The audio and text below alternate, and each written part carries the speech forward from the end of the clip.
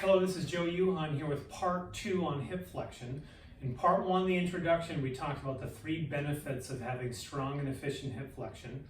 The first was landing efficiency. The second was that reciprocal addition of power to hip extension. And then the third was efficiency of making sure the ball, powerful hip flexion puts the ball down into the socket so then the glutes can grab it and have our most powerful and efficient hip extension.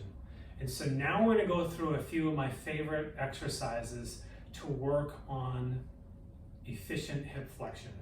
And so if I'm starting with a client who has either a lot of hip flexion stiffness or hip flexion weakness, I'd like to start with this exercise.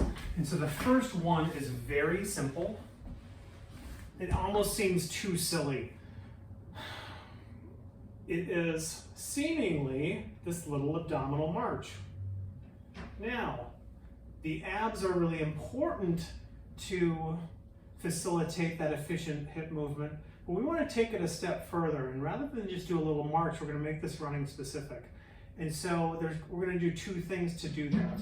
Running is 2 things. It is lifting a leg, but it's also pushing a leg, and you can see I am driving my heel down into the ground.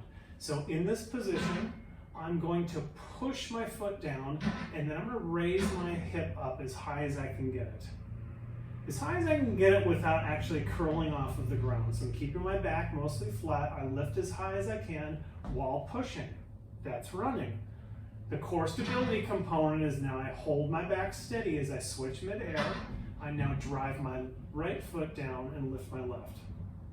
So this abdominal march, running specific, works on that reciprocal of hip flexion on strong hip extension. If someone has a bench, we can progress this to do it from an elevated position.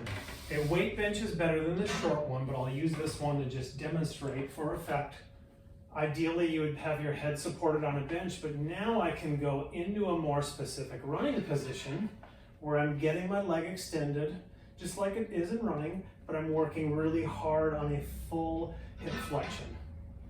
Switching midair, use my abs, and then I'm pushing up and alternating sides. After that has become mastered, where we go next involves a little bit of resistance. Because the same thing, we want to add some resistance not only to the flexion, but to the reciprocal extension.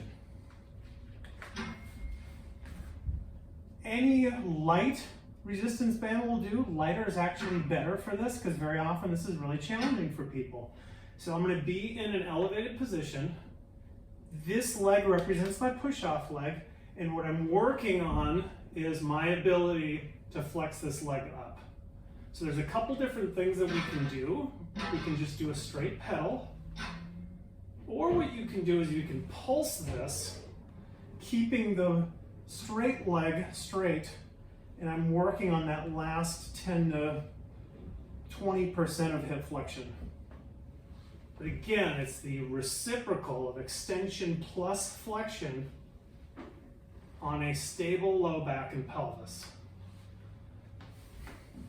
Where it gets most challenging, but also most important then, is with the third exercise, and that is doing hip flexion with a plank. I'm going to demonstrate this without a band, but this one can also be done with a band. And so we talked about the importance in the last video.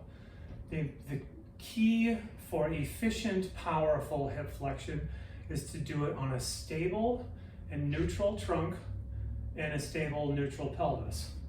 And so what I want to do is I'm going to set this up in a neutral position because, like we talked about, it's easy to do hip flexion when everything is flexed. The problem is we don't want to run that way because that's an out of neutral position. So instead, I want to get a slight low back arch, and I want to focus that arch not solely in my low back, but in the middle of my spine, for me, I like to focus on the lower rib cage.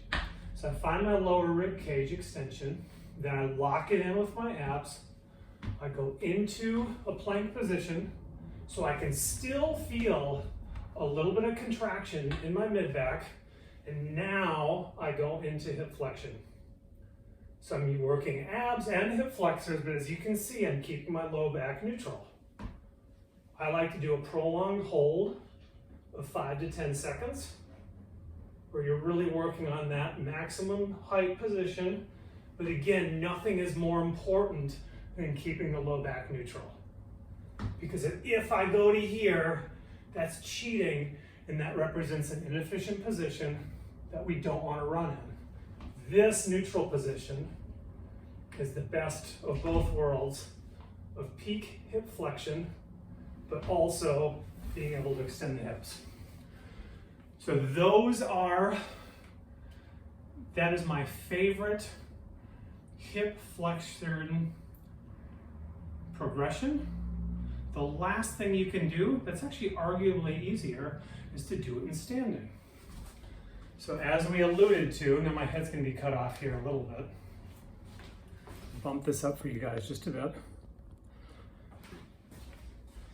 The last thing you can do after having done all the rest of that, this is actually going to be a little bit easier, but you can adopt that same position in standing, slight arch, and either without a band, or most certainly with a band, adding resistance into that hip flexion.